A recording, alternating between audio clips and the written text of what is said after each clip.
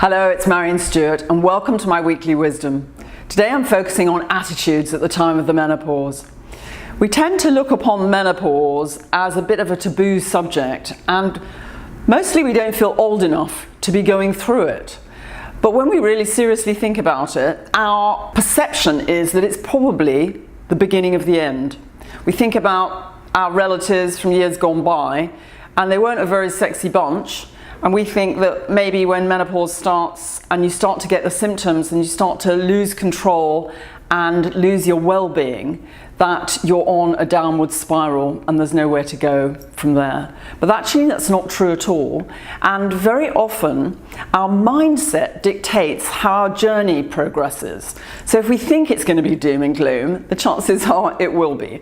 So you need to check your attitude, and you need to start off by just loving yourself and thinking about how you'd like to be going forward. So you don't have to buy into the fact that you're going to go downhill. You can have this lovely vision of how you'd like to be, completely symptom-free. You can even make a vision board. There's lots of different tools that I often talk about that you can use to make this really big vision board of how you'd like to be and where you'd like to go in your mature years. And it's really possible to achieve all that. So you need to make sure that you're looking after yourself, that you're eating a healthy diet, and that you're making sure that you've got lots of good nutrients going through to your brain and nervous system so that you can give yourself the best chance of staying well. And having naturally occurring estrogen in your diet, soy and flax seeds, you'll always hear me saying that they're the basic things that you need to do just to keep your nutrient levels in an optimum range and your hormones in an optimum range. And also you need to exercise. You need to exercise so that you release the really feel-good hormones, the endorphins, which raise your mood and give you a bit more energy.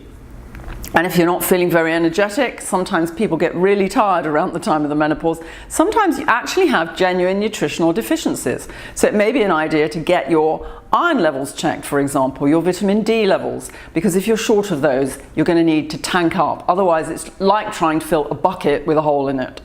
So you need to look after yourself. Think about communicating to other people if you don't feel great about how things are going for you. Maybe get some help. You're very welcome to come to one of my masterclasses. You can just go to my website, sign up for the weekly newsletter, and pop into one of my masterclasses. I spend a whole hour talking about what's going on in your body and how you can correct it at this life stage, and also talking a little bit about mental health and about how you can overcome mood swings, depression, and that kind of thing quite naturally without having to resort to drugs or hormones. So please do come and join me, and I hope that helps you to feel more positive.